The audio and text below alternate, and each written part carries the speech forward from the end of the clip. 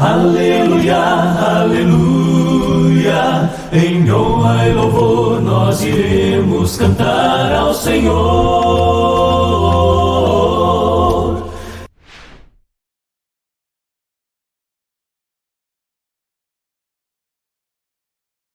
Na semana passada, nós fizemos a primeira parte desta lição, que fala sobre a segunda vinda de Cristo. E naquela lição nós focamos mais pensando em como vai acontecer a segunda vinda de Jesus. E hoje nós vamos focar mais no resultado da vinda de Jesus, tá bom? Então hoje a gente vai ficar mais focado no resultado a respeito da vinda do nosso Senhor. Tá bom? Então, tá aí a nossa lição 15, né? Nós vamos falar sobre a segunda vinda de Cristo, mas focando no resultado ou na recompensa, tá bom? Que cada um vai receber conforme aquilo que escolher, né? Nós temos escolhas aí para fazer em nossa vida, tá bom? Para iniciarmos, nós dizemos aí que a epístola aos Hebreus, ela nos diz que aos homens está ordenado morrerem uma só vez. E depois disto, enfrentar o juízo, né? O juízo aí, essa palavra pode ser traduzida também como condenação, tá bom? É uma ordem, um decreto, algo que está reservado para a humanidade. Ou seja, a morte, ela aguarda o homem. Ou seja, é uma certeza que nós temos, né? Quando nós nascemos, nós já nos deparamos com a certeza de que estamos caminhando para a morte. Por isso é importante aproveitar bem esse espaço na existência que nós temos para buscar a Deus. Então, assim sendo, é natural procurar na Bíblia a resposta para a questão: o que acontece após a morte, né? Então, é uma pergunta que a gente tem aí, vamos dizer, uma infinidade de respostas, não é? Mas nós vamos focar naquilo que a Bíblia ela nos ensina a respeito desse assunto, não é? Até porque nós realmente abrigamos ou devemos abrigar a esperança de uma vida que vai além desta vida, não é? E para isso nós precisamos realmente assim aprender. Para nós iniciarmos, eu gostaria de ler com você Lucas, capítulo 16, a partir do verso 19 até o 31. Esse trecho aqui, ele relata bem o que acontece após a morte. Nós temos outros textos que nós deveríamos, vamos dizer assim, que poderíamos abordar, mas eu creio que esse aqui ele preenche aquilo que nós realmente necessitamos e precisamos, tá bom? O que nós vamos fazer, na verdade, é responder de modo simples aquilo que o nosso coração e a nossa alma anseia, deseja, não é? Que é uma resposta, tá bom? Agora, o assunto ele é muito mais profundo do que aquilo que nós vamos abordar aqui, mas nós não vamos também ficar na superficialidade do assunto. Nós vamos nos aprofundar, tá bom? Mas devemos dizer também que essa é a resposta mais direta que é dada pela Escritura a respeito desse assunto. Então, Lucas capítulo 16, verso 19. Vamos lá?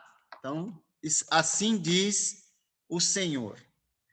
Havia um homem rico que se vestia de púrpura e de linho fino e vivia no luxo todos os dias. Diante do seu portão fora deixado um mendigo chamado Lázaro, coberto de chagas. Ele ansiava comer o que caía da mesa do rico, até os cães vinham lamber suas feridas. Chegou o dia em que o mendigo morreu, e os anjos o levaram para junto de Abraão. O rico também morreu e foi sepultado. No Hades, onde estava sendo atormentado, ele olhou para cima e viu Abraão de longe, com Lázaro ao seu lado. Então chamou-o: Pai Abraão, tem misericórdia de mim e manda que Lázaro molhe a ponta do dedo na água e refresque a minha língua, porque estou sofrendo muito neste fogo. Mas Abraão respondeu: Filho, lembre-se de que durante a sua vida você recebeu coisas boas, enquanto Lázaro recebeu coisas más. Agora, porém, ele está sendo consolado aqui e você está em sofrimento. E além disso, entre vocês e nós há um grande abismo, de forma que os que desejam passar do nosso lado para o seu, ou do seu lado para o nosso, não conseguem. Ele respondeu: Então eu te suplico, pai, manda Lázaro ir à casa de meu pai, pois tenho 5 irmãos. Deixa que ele os avise, a fim de que eles não venham também para este lugar de tormento. Abraão respondeu: Eles têm Moisés e os profetas, que os ouçam. Não, pai Abraão, disse ele, mas se alguém dentre os mortos fosse até eles, eles se arrependeriam. Abraão respondeu: Se não ouvem a Moisés e aos profetas, tampouco se deixarão convencer, ainda que ressuscite alguém dentre os mortos. Bom, nós temos aí nesta leitura essa história, é assim que vejo, tá bom? Alguns falam que é parábola, e se for parábola também não muda absolutamente nada, porque o propósito de Jesus é ensinar algo e também, sobretudo, mostrar que nós devemos avaliar bem como estamos vivendo esta vida, porque ela trará seus resultados no futuro, tá bom? Vamos lá, então. Nós temos aí, nesse momento, ou nessa leitura, né, a resposta para a pergunta: onde estão os mortos antes da volta de Jesus, não é? Tá bom? E aí nós temos a história de dois homens, né? Nós temos 2 estilos de vida, nós temos 2 maneiras de viver, e nós temos também 2 resultados na vida dessas pessoas, tá bom? Agora, a vida desses homens foi marcada pelo quê? Pela desigualdade, né? A desigualdade, ela marcou a vida desses 2 homens. O primeiro, o rico, regalava-se sem prestar atenção em Deus, que é o abençoador, que é quem nos dá tudo que nós necessitamos nesta vida, e também não se preocupava com o próximo, que é o Lázaro. Então, aqui, o mandamento de amar o próximo, ele foi completamente abandonado, né? Então, nós precisamos dar atenção a esse mandamento que Deus, ele nos deu, tanto na primeira aliança, quanto na segunda aliança, tá bom? Então, nós temos que realmente prestar atenção naquilo que Deus espera de cada um de nós. O segundo, ele não tinha nada, não é? Para o mais simples conforto, proteção, nem mesmo subsistência.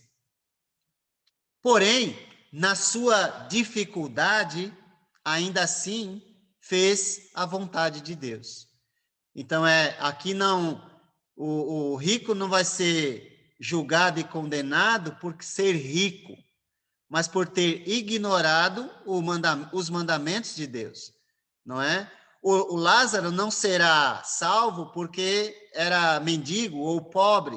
Aqui não é a questão não é riqueza e pobreza, mas sim como nós vivemos nas circunstâncias em que estamos.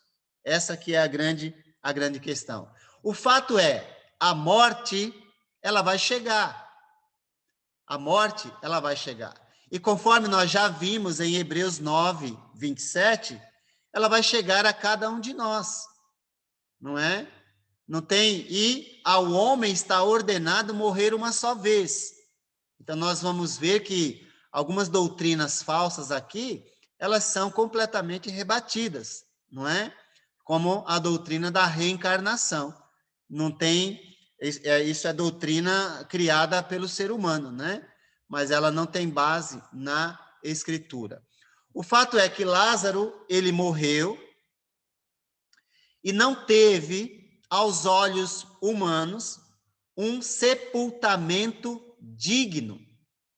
Porém, do lado divino, os anjos cuidaram da alma dele, não é?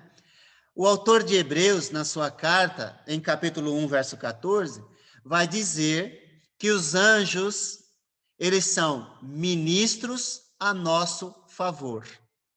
Ou seja, os anjos estão para nos servir. Nós não sabemos qual exatamente, especialmente em nossa época, em que Deus ele fala conosco por meio da palavra, nós não sabemos exatamente como os anjos eles nos ajudam. Mas certamente não está falando de anjo da guarda, tá bom? Isso é outra doutrina também que sem base bíblica, não é isso. Mas Deus pode usar um ser humano, por exemplo, para atender você e a mim numa necessidade. E naquele momento, aquela pessoa foi o nosso anjo. Porque, na verdade, a palavra anjo significa mensageiro. E isso pode ser um ser humano, isso pode ser um ser angelical. Certamente, no mundo por vir, os cuidados que nós teremos, como Lázaro, ele será dado por seres angelicais, não é? Isso fica bem, pelo menos claro para mim aí. Já o rico, olha aí o contraste. Teve grandes cuidados com seu cadáver, recebeu um sepultamento, né?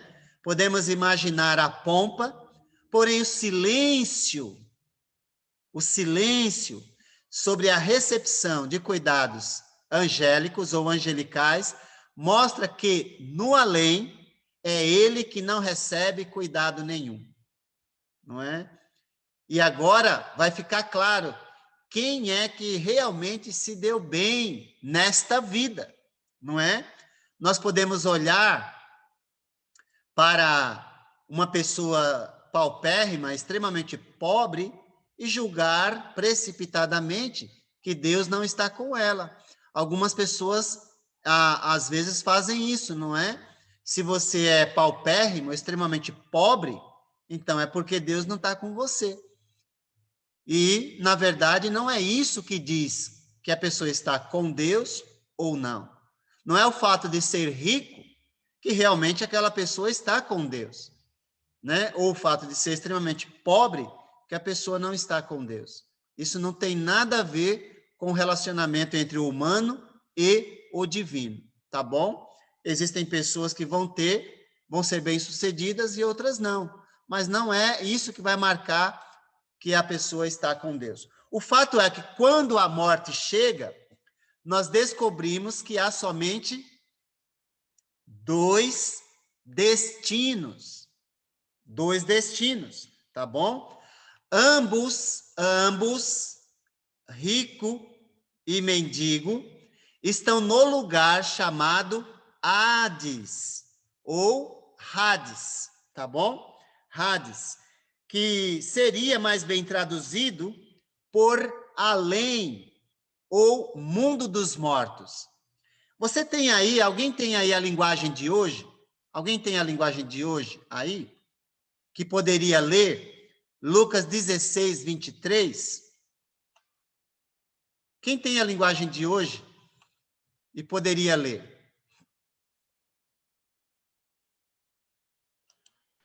Alguém tem?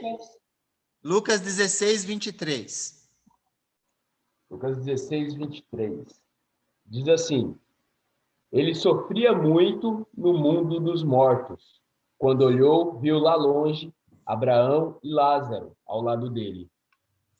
Ótimo. Obrigado, Giovana. Eu vi sua resposta, tá bom? Isso, diz mundo dos mortos. Por que eu pedi para ler? Porque se você, por exemplo, ler a Almeida, revista e atualizada, lá vai dizer assim, olha, no inferno, não é? E a palavra é Hades. A NVI vai transliterar, ela não vai traduzir. E a linguagem de hoje, ela traduz como mundo dos mortos. Então, eu diria que a tradução, essa tradução aí, ela reflete mais o sentido daquilo que o texto está dizendo no momento, tá bom? Mas o Almeida Revista e Atualizada não está errado quando traduz que no inferno. Por que colocou no inferno? Porque está dando atenção naquele momento ao rico, né? À situação em que ele se encontra. Mas é mais bem traduzido por mundo dos mortos, tá bom? Então, voltando aqui. Então, ambos estão no lugar chamado Hades, mas que seria mais bem traduzido por além ou mundo dos mortos. E aí eu explico aí para você, olha. Apesar de algumas versões usarem a palavra inferno, neste texto os dois homens não estão no chamado inferno eterno. Então nós vamos explicar logo mais sobre isso, pois este é descrito com outra palavra bíblica que é a palavra Geena. Em português, aí você pode ler Geena, mas é correto falar Geena, tá bom? Que ocorre, por exemplo, em Marcos capítulo 9, do 43 ao 48, tá bom? Vamos ler esse trecho só para a gente identificar a palavra, tá ok? E depois a gente vai adiante. Marcos capítulo 9, do 43 ao 48. Vou ler a partir do 42. A partir do 42. Diz assim: se alguém fizer tropeçar um destes pequeninos que crê em mim, é Jesus falando, seria melhor que ele fosse lançado no mar com uma grande pedra amarrada no pescoço. Se a sua mão o fizer tropeçar, corte-a. É melhor entrar na vida mutilado do que tendo as duas mãos ir para o inferno, Geena, tá ok? Onde o fogo nunca se apaga, onde o seu verme não morre e o fogo não se apaga. E se o seu pé o fizer tropeçar, corte-o. É melhor entrar na vida aleijado do que ter, tendo os dois pés, ser lançado no inferno, onde o seu verme não morre e o fogo não se apaga. E se o seu olho o fizer tropeçar, arranque-o. É melhor entrar no reino de Deus com um só olho, do que tendo os dois olhos, ser lançado no inferno, onde o verme não morre e o fogo não se apaga. Só para você identificar aí que aqui a palavra Geena, ela foi usada por Jesus em algumas ocasiões. Então, para mostrar a seriedade de nós realmente lutarmos, cortarmos o pecado em nossa vida. O pecado deve ser tratado com todo o radicalismo, a ponto de, aqui, ele usar de forma metafórica, dizendo, olha, é melhor você entrar sem um olho, sem um pé e sem uma mão no reino, do que tendo olho, pé e mão, e depois ser lançado no fogo do inferno. Então, é para você tratar o pecado, e eu também, com todo o radicalismo que você puder, para não permitir que ele entre na sua vida, tá bom? Aqui é para você tratar com radicalismo mesmo, o pecado. Mas veja bem, o seu, não ficar olhando para o outro e julgando o outro, porque no verso 42 ele vai dizer, se você fizer tropeçar um desses pequeninos que creem em mim, seria melhor que fosse lançado no mar com uma grande pedra amarrada no pescoço, tá bom? Então vamos realmente levar a sério a maneira como nós vivemos, pois haverá resultados, tá bom? Tanto para quem vive de acordo com a vontade de Deus, como para quem não vive. No caso da história que nós lemos, um está em tormentos e o outro está em descanso. Então, assim, nós ilustramos aí desta maneira. Onde estão os mortos antes da volta de Jesus? O rico, aqui representando aqueles que vivem na maldade, que vivem na indiferença, que vivem na arrogância, no orgulho, e que não querem saber de Deus, quando morrerem, vão já entrar num estado de tormento, tá bom? Então, nós vamos explicar mais sobre isso, mas já estarão experimentando sofrimento. Não é o inferno eterno, mas já estão experimentando o resultado da vida que viveram aqui.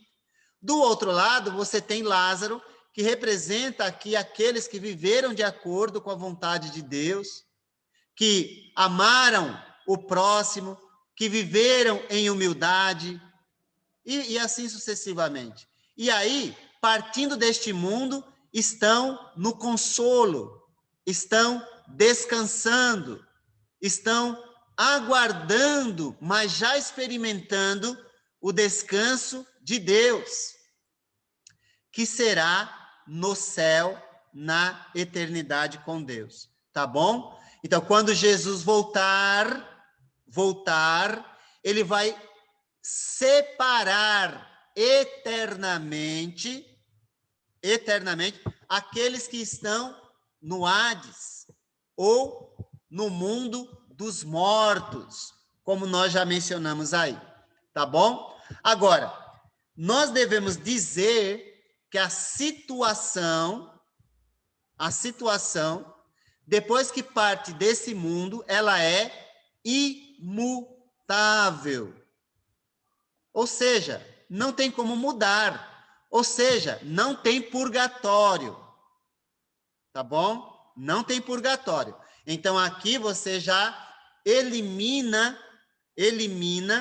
duas falsas doutrinas que existem. A primeira, que nós já falamos, reencarnação. Não pode voltar. Daqui a pouco nós vamos falar mais um pouquinho. Por quê, né? A segunda é a doutrina falsa do purgatório. Está eliminada também. Tá bom? E uma terceira doutrina falsa, que é a doutrina do aniquilamento da alma. Existe essa doutrina também. E você percebeu que não tem aniquilamento aí, tá bom? Aí alguém vai dizer, mas tem outros textos que vai falar. Bom, aí você vai ter que procurar compreender os outros textos dentro do seu contexto, sem eliminar aquilo que você está olhando e acontecendo nesse momento, tá bom? Então, o que Deus vai fazer depois, porque parece que é incompatível, não é? Um sofrimento eterno com a misericórdia de Deus. Parece que é incompatível, não é? Mas a gente deve lembrar que Deus é justo. Ele não é injusto. Então, como ele vai fazer se esse castigo é eterno e nunca mais vai acabar, isso é com ele. Se ele decidir, por alguma razão, acabar com isso no meio do caminho, e cada um vai receber, uns vão ficar mais, outros vão ficar menos, como existem pensamentos assim, isso também pouco importa. Acho que o mais importante para nós é nós gozarmos da eternidade com Deus. Isso é o mais importante, não é? Então, eu espero que a gente compreenda isso. Mas o fato é que nós estamos aprendendo que a situação é imutável, ok? A situação é imutável. Então, é para a gente realmente levar em consideração, ok? Então, vamos lá, vamos dar continuidade aí à nossa lição. Agora, o rico, ele pensa que pode mandar ainda, olha que coisa, né? Mesmo numa situação, vamos dizer assim, desfavorável, o rico ainda acha que pode dar ordens, não é? E pede que Abraão mande Lázaro fazer-lhe um favor, não é? Porém, o pedido de misericórdia, ele está sendo feito tarde demais. Não tem como mudar a situação, não é? Abraão mostra que a situação não será alterada. Não será alterada. Por dois motivos, não é? Por dois motivos. Ela é resultado da atuação de ambos na vida terrestre. A maneira como você está vivendo aqui determinará para onde você vai, não é? E o julgamento final é a separação eterna desse lugar. Tá bom? A separação eterna. Esse é o julgamento final. Porque a palavra de Deus já está nos julgando aqui. Nós já sabemos disso. A declaração de Jesus no juízo final, de que quem fez a vontade dele, vai com ele.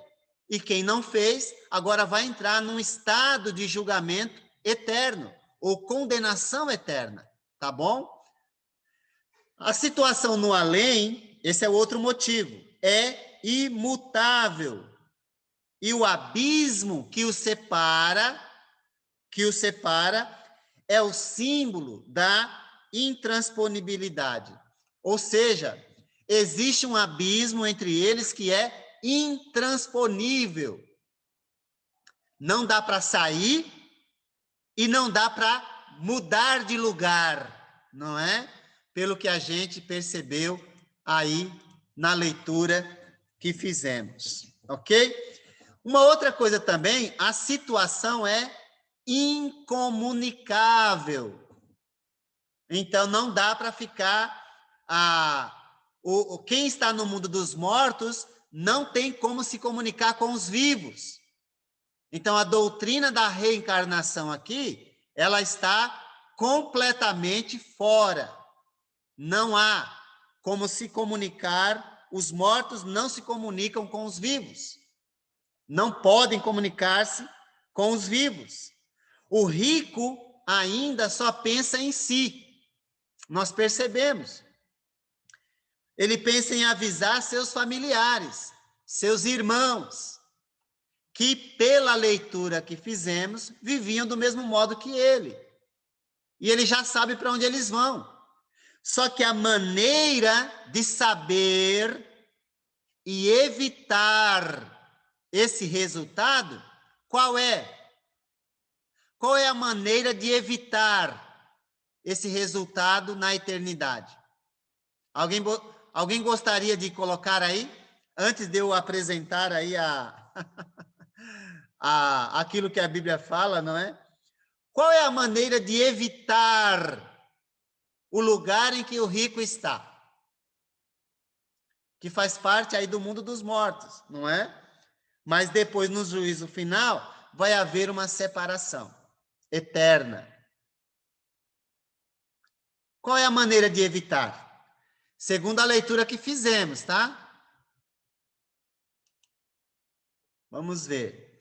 Isso. Bom, obediência, ouvindo os profetas, não é? Isso. Vou fazer só uma observação. Tá certinho, tá certíssimo, tá, Cris? A sua resposta está certíssima. Giovana também, seguindo a palavra. É isso, pelo texto. Ainda a Cris fez até a observação. É isso mesmo. E a gente tem que falar o que o texto diz mesmo. É isso mesmo. E isso mesmo. Então, agora, a gente tem que somente fazer a observação que quando Jesus contou a história, ou contou a parábola, tá ok? Para mim é uma história, mas quando Jesus ele contou essa história, é o Antigo Testamento que está sendo levado em consideração. Por isso ele fala Moisés e os profetas. Tudo bem? Para nós hoje, é a nova aliança. Tudo bem? Então agora, você lembra daquela questão da exegese e da hermenêutica? Esse é um bom caso. Você vai lá e entende o texto na época, exegese. Ok?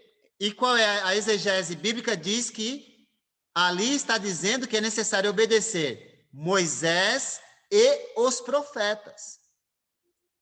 Então, essa é a leitura correta. Agora, a hermenêutica faz com que a gente aplique o texto à nossa realidade. Então, como é que a gente faz para aplicar? Então, a gente diz que a gente precisa obedecer Jesus e os apóstolos, não é? E o evangelho. Então, para nós, é essa a aplicação. Tudo bem? E aí você pode, se você quiser, você pode ler João 12:48, que nós já lemos, por isso eu não vou ler aqui, tudo bem?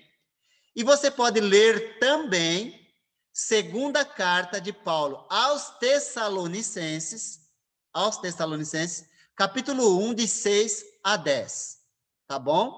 Neste momento não lerei, porque nós já lemos em outras ocasiões. Tudo bem? Espero que você a compreenda, mas se for necessário, nós faremos também a leitura. Olá, pessoal. Edivaldo, mais uma vez. Terminamos a primeira parte da nossa lição e quero incentivar você a dar continuidade no nosso curso, assistindo as próximas partes desta lição, e assim nós possamos continuar crescendo juntos na graça e no conhecimento do nosso amado Jesus. Que Deus te abençoe e te guarde. Aleluia, aleluia, em honra e louvor nós iremos cantar ao Senhor.